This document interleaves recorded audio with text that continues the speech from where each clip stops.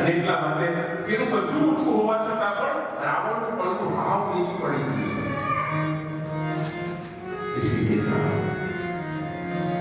પાર્વતી કહ્યું કે તમે તો રાવણને મારી નહીં શકો, કારણ કે એ તમારો ભગત છે. તમારી પૂજા કરી 12 જ્યોતિર્લિંગની કથામાં 9 જ્યોતિર્લિંગ વૈદ્યનાથ એમાં કથા આવે છે કે રાવણે શંકરની કેવી રીતે પૂજા કરી. વૈદ્યનાથ જ્યોતિર્લિંગને પ્રગટ થવાના કારણની પાછળ એક કારણ રાવણ છે. એણે સાહેબ અગ્નિની વચ્ચે ખાડો ખોદી અને ચારે બાજુ ઉનાળામાં અગ્નિ પ્રગટાવી અને વચ્ચે બેસી અને ભગવાનનું આરાધન કર્યું છે. શંકર ભગવાનનું બરફ જેવા વિસ્તારની અંદર બધી બાજુ બરફ છે, બધી બાજુ ઠંડક છે. એમાં ઉગાડા વસ્ત્ર બેસી અને રાવણે શંકરની પૂજા કરી છે. અને આટલી ગરમી જ્યારે તે આજુબાજુ અગ્નિ પ્રગટાવી અને વચ્ચે અગ્નિ કરી, ત્યારે યજ્ઞ કરી અને પોતાના બધા મસ્તકો ભગવાનને ચડાવે છે. ત્યારે સાહેબ 10મું મસ્તક જ્યારે કાપવા જાય છે, શંકર ભગવાન પ્રગટ થયા છે. તો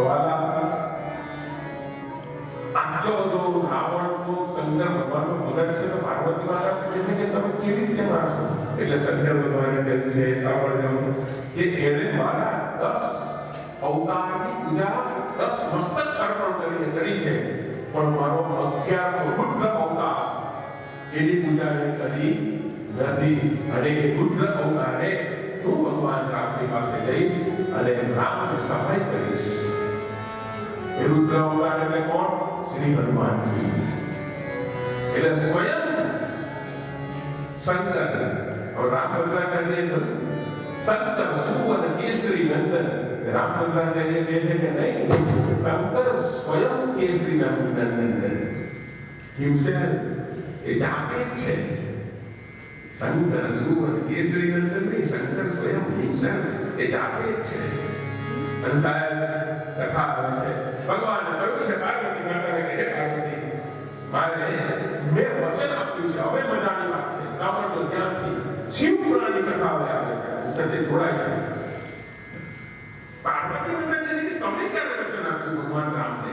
હા, મેં ભગવાન રામને યાને શું કહેવું વચન આપ્યું છે કે તમને એક અવતાર હું આપીશ. કેમ, ક્યારે, શા માટે? એના જવાબ સાંભળો. એક દૈત્ય હતો, રાક્ષસ હતો, એ જમાનામાં. અને શંકર ભગવાનને પ્રસન્ન કરવા હોય, પહેલા આપણે ગઈકાલ ચર્ચા કરી, એકદમ ઈઝીમાં ઈઝી કોઈને પ્રસન્ન કરવા માટે હોય તો એ શંકર છે. જલ્દી તૈયાર થઈ ગયા, જલ્દી રીસી જાય છે. તમે જો ભગવાન રામ અને કૃષ્ણના મંદિરમાં આપણે જઈએ તો મેં ગઈકાલ બધા વ્યંજનો લઈ જવા પડે. આને તો આપણે કેવું કરીએ છીએ તો જો એક ટીપું પાણી, એક ટીપું દૂધ અને 99 ટીપા પાણી, એવું થઈ છે ને. આ દૂધ ચડાવીએ છીએ પણ તો અહીંયા કેક ના કેક થાય. બાકી ઇન્ડિયામાં તમે આવો, રોટીની અંદર એક જ ટીપું દૂધ અને 99 ટીપો પાણી, કોઈ બિચારો કે બોલતો નથી. એને નથી કોઈ વસ્ત્ર જોઈતા, નથી કોઈ ગજડા જોઈતા. વેશધારી ઓળો કેવો વેશધારી, એને નડતી નથી મોંઘવારી. એને મોંઘવારી નહીં નડે. કેમ? એકલો ઊંચા પર્વત પર એકલા રહે છે એટલે કઈ પ્રોબ્લેમ નહીં. રહેવાનું પણ એવું, અને પત્ની પણ કેવી શોધી કે બધું ચલવી લે. શંકર સદા કૈલાસ પર ભિક્ષાન ભોજન ખાય છે, રોટલી વણવા કઈ તકલીફ ત્યાં ન જરાય છે, વાસણ વગર તો ધોતિયા ધોવાની કસદી છે નહીં, એવું વિચારી પાર્વતીએ પરમાધિકાર કર્યું. નહીં ધોતિયા ધોવાના, નહીં વાસણ ધોવાના, ભિક્ષાન ભોજન થાય છે. અને પાછું કેવું, વાહન પણ કેવો નંદી શોધ્યો છે, એમાંથી પણ કરાવવાનું નહીં. જ્યાં ચડવું હોય ત્યાં ચડી આવે, કે પેટ્રોલ પણ ઉડાવવાનું નહીં. અને રહેવાનું પણ ક્યાં? કોઈ નહીં જાય ત્યાં શંકર જાય. બે સ્થાન છે શંકરના, એક ઊંચાઈનું સ્થાન એ કૈલાસ છે, અને બીજું સંસાર. સંસારમાં તો જે એવું છે, શંકર ભગવાન એ કહે છે કે મારા ઘરે જે આવે એ આવે, પછી પાછો જાય નહીં. સંસારથી પણ પાછો જાય. તો આવા સંગઠન એને દાનવે પ્રસન્ન કરવા માટે થઈ દાનવ ઉપર દયા કરીને અને તે વરદાનો દીધા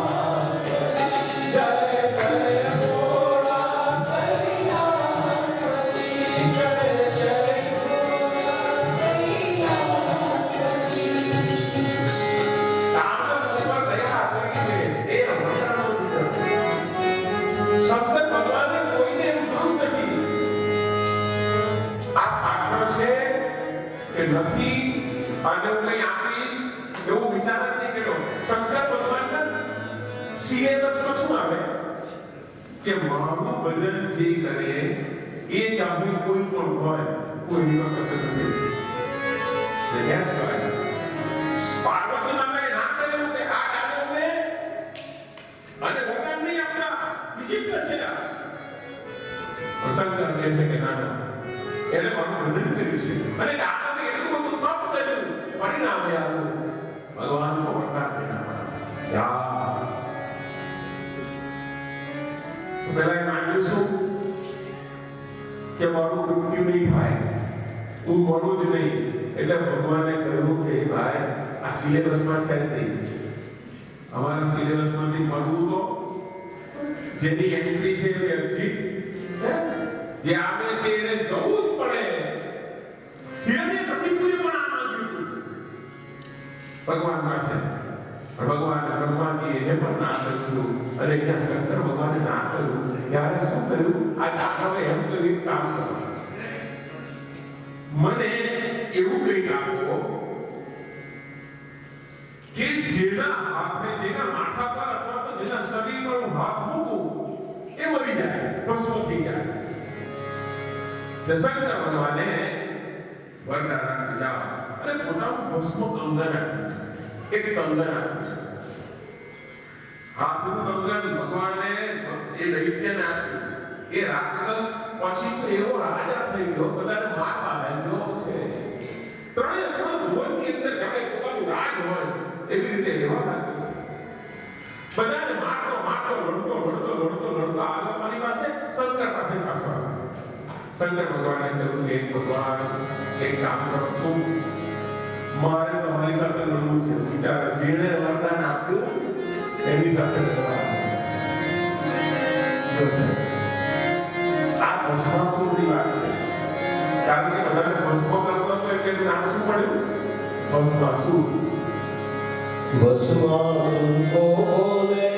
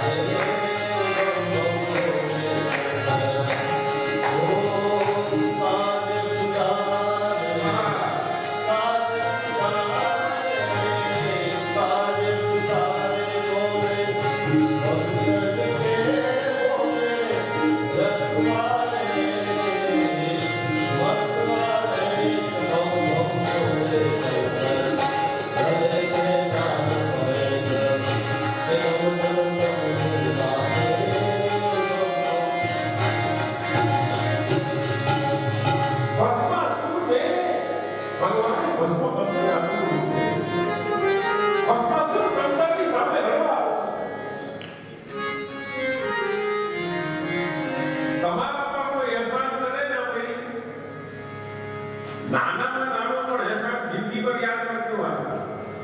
ઉપકાર કરે એની પર કોઈ દિવસ અપકાર કરતા નહીં. આવો માનવ બનવું હોય, મનુષ્ય બનવું હોય તો આટલું ભાવ. આપણે તો કેટલા સંસ્કારી ભણેલા લિટરેટ છીએ એ રીતે કે કોઈ આપણી એમની વસ્તુ નીચે પડી ગઈ આમ હાથમાં પેલા પણ થઈ ગઈ, કોઈને પોણી લાગી જાય તો પણ સોરી. તો વાલા ભગવાને મને તમને આ શરીર આપ્યું. એટલે તો રોજ નહીં, શ્વાસોશ્વાસ ભગવાનનું ભજન દ્વારા અથવા તો ભગવાનને ચીંધેલા રસ્તે દ્વારા, લોક કલ્યાણના કામો દ્વારા મારે તમારે કોઈ પણ હિસાબે થેન્ક યુ કહેવાનું. અને આ પ્રસંગ પણ થેન્ક યુ કહેવાનું છે. આ પ્રમાણિત તમે જોઈ રહ્યા છો, મંદિર જે જોઈ રહ્યા છો, મારે બહુ વધારે જોવાની આવશ્યકતા છે નહીં. આપ સૌ જાણો છો કે આ પ્રમાણિત આ 4 મિલિયન નું હતું. ધીરે ધીરે ધીરે કરતા ઓછું તમે લોકોએ કર્યું છે તમારા દાન દ્વારા આ મંદિરની અંદર. એટલે વારંવાર જ્યારે નથી કહેવામાં આવે તમને ભગવાન જે કરાવે, તમારો ઠાકર, તમારો હૃદયની અંદર રહેલો પરમાત્મા તમને જે રીતે કહે એ રીતે મંદિરને મદદ કરે. તમારા શંકરની સાથે લડવા આવે છે. શંકર ભગવાન કહે છે કે મેં તને આપ્યું છે આ વરદાન, તમારી સાથે લડવા જા તને શ્રાપ આપીશું. તારામાં કામ અને અભિમાન બેને જ્યારે પ્રગટ થશે ત્યારે તારું મૃત્યુ થશે. કામ અને અભિમાન, દર્પ અને કંદર્પ સંસ્કૃતમાં કહ્યું. તારામાં બેને જ્યારે પ્રગટ થશે તારું મૃત્યુ. અને ત્યારે શંકર ભગવાને પોતાનામાંથી એક અંશ પ્રગટ કર્યો છે. જેવો અંશ પ્રગટ કર્યો એટલે ભસ્માસુર એને શંકર સમજીને દોડે છે. અંશ આગળ જ્યારે શંકરનું એ સ્વરૂપ આગળ દોડે છે અને પાછળ ભસ્માસુર દોડે છે. ભગવાન વિષ્ણુની પાસે ગયો એ અંશ એને આવીને ભગવાન વિષ્ણુને એમ કહ્યું કે મારી પાછળ ભસ્માસુર પડ્યો છે, એને તમે માફ કરજો પડશે. કહ્યું કે એનામાં કામ અને અભિમાન બંને જ્યારે પ્રગટ થાય એક સાથે એવું કંઈક કરો. ભગવાને એક રૂપ લીધું, મોહિની સ્વરૂપ લીધું છે. પુનઃ ભસ્માસુર જેવો આગળ છે ને મોહિનીને જોઈ છે ને મોહિનીથી મોહિત થઈ ગયો ભસ્માસુર. એને કહ્યું છે મોહિનીને કે મારી સાથે લગ્ન કરો. મોહિનીએ કહ્યું કે હું લગ્ન કરું, પણ જે કોઈ મારા જેવું નૃત્ય કરે, મારી જેમ નાચી બતાવે એની સાથે હું લગ્ન કરવા તૈયાર છું. મોહાંત થયેલા ભસ્માસુરે કહ્યું છે કે તમે નૃત્ય કરો, તમારા જેવું નૃત્ય કરીને બતાવો. મોહિનીએ નૃત્ય કરતા કરતા પોતાના માથા પર હાથ મૂક્યો. મોહિનીએ એટલે પેલા ભસ્માસુરે પણ એવું જ કરવાનું હતું ને, જેવી રીતે મોહિની નાચે એવી રીતે.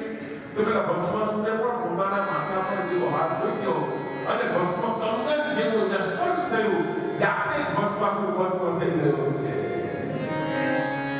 આ ભગવાન વિષ્ણુની કળા છે. કોને ક્યારે કેવી રીતે મારવા એનામાં હોશિયાર છે. ભગવાન કૃષ્ણ ભગવાન પાસે જે બુદ્ધિ આપી ને એ પોતાના પિતાજી પાસેથી, વસુદેવજી પાસેથી બે વાત ભગવાન કૃષ્ણ પાસે એની પાસે મળી. એક બુદ્ધિ જ આપી અને એક રૂપ માધુર્ય. Vasudev was handsome that time. handsome રૂપાળા. એટલા માટે હોશિયાર એની પાસે ધ્યાન છે.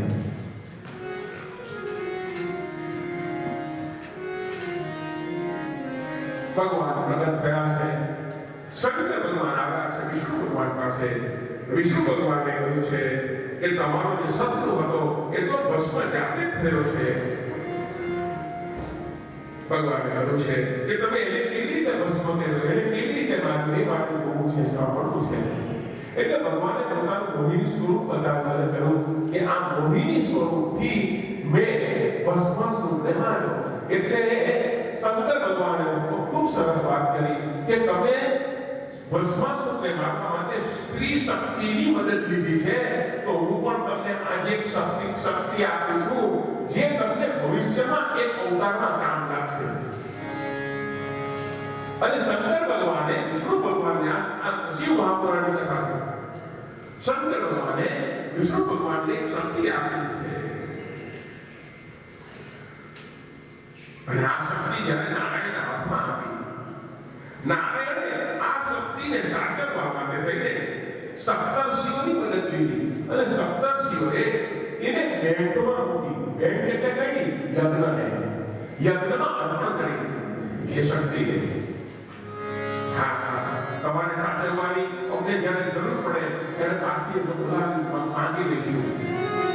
યજ્ઞમાં કરી આ વાતને યુગો વીત્યા છે. ત્યારબાદ પૃથ્વીનો ભાર ઉતારવા માટે ભગવાન વિષ્ણુ નારાયણ રામ પ્રતાપ એનો વિચાર જ્યારે કરે છે ત્યારે વિચાર કરે છે કે મારી શક્તિને પુનઃ પ્રાપ્ત કરવી છે. તો શક્તિ પ્રાપ્ત કરવા માટે ભગવાન વિષ્ણુ એક હજાર કમળ લઈને, કમળના પુષ્પ લઈ અને પૂજન કરવા બેઠા છે. મહાદેવ કોઈ દિવસ આ પરીક્ષા કરવા વાળા મહાદેવ છે નહીં, પણ કોઈ વાર પરીક્ષા કરે છે. આજે મહાદેવ વિચાર કર્યો, લાવ હું વિષ્ણુની પરીક્ષા કરું. અને કમળ જ્યાં અર્પણ કરે છે એમાંથી મહાદેવે એક કમળ પોતાની પાસે લઈને સંતાડ્યા છે. હવે 999 કમળ તો ચડાવ્યા, 1000 કમળ ચડાવવાનો સંકલ્પ હતો. 999 ચડાવવામાં આવ્યા છે, ચડાવવામાં આવ્યા, એક કમળ મળતું નથી. જોયું આજુબાજુ ગયા નથી. અને ત્યારે ભગવાન વિષ્ણુ આખા બ્રહ્માંડની અંદર વિભુવનમાં ત્રણેય ભુવનની અંદર કમળ શોધવા માટે જાય છે, પણ કમળ મળતું નથી. આવી અને વિચાર કરે કે મારે એક કમળમાં ખાલી બાકી છે, હવે કયું અર્પણ કરું? આપણા શરીરની અંદર કમળ છે, એક હૃદય કમળ. હૃદય કમળથી નયન કમળથી ધારા વહેતી, હૃદય કમળ છે ક્યાં મારા કોણ સુકાવે આંસુ, ઓ વિશ્વાસુના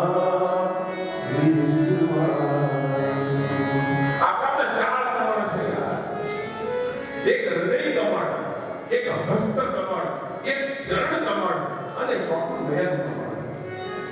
આપણામાં પણ 4 કમળ છે. ભગવાન વિષ્ણુ વિચાર કરે છે કે મારે શું કરવું જોઈએ.